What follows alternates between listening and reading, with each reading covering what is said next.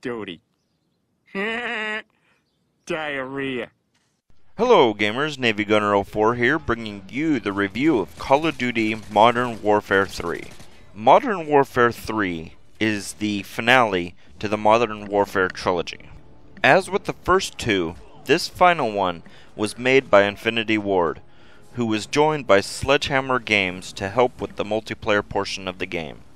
It was released in 2011 on Xbox 360, PlayStation 3, PC, OS X, and the Nintendo Wii, and within 24 hours of launch had sold 6.5 million copies of the game, making $400 million and becoming the biggest entertainment launch of all time.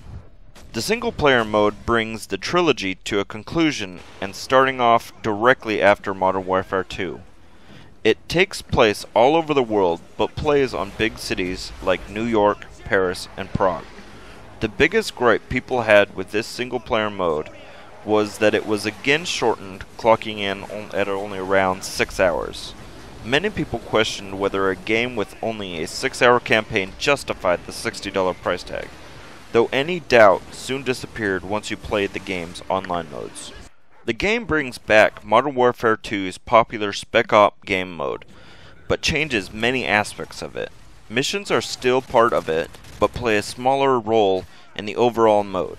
It now includes a Horde-style wave mode, and has an overall leveling system like the multiplayer portion, though the leveling is separate from that multiplayer session. One great addition is that you can now play Spec Ops online with random people, making its replayability last much longer than Modern Warfare 2. The multiplayer mode is basically the same as Modern Warfare 2, but with some added modes, weapons, and perks. The only mentionable change is the kill streak receives another improvement. You can still only use 3, but instead of only having it through consecutive kills, you can elect to have it score-based. That does not end when you die. These perks are less powerful, but make it easier for newer players to be able to help their team. This Call of Duty was also a testing ground for a Season Pass DLC in the form of Call of Duty Elite.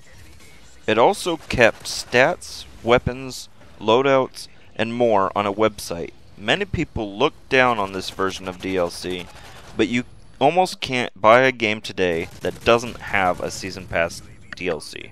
It also offered DLC early to subscribers. Today you can probably look to this game as the father of things such as Battlefield's Battlelog and most first-person shooter DLC early access. So what did I think of this game? Despite a slightly shorter story that was predictable, it was nice to see how the story finished.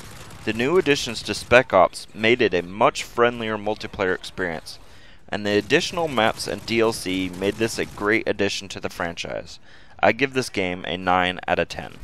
As always, I'd like to thank you for watching my video. If you enjoyed the video, please give it that little thumbs up in the corner, subscribe to my channel, and if you'd like to see me play anything or review anything, let me know down in the comment section below.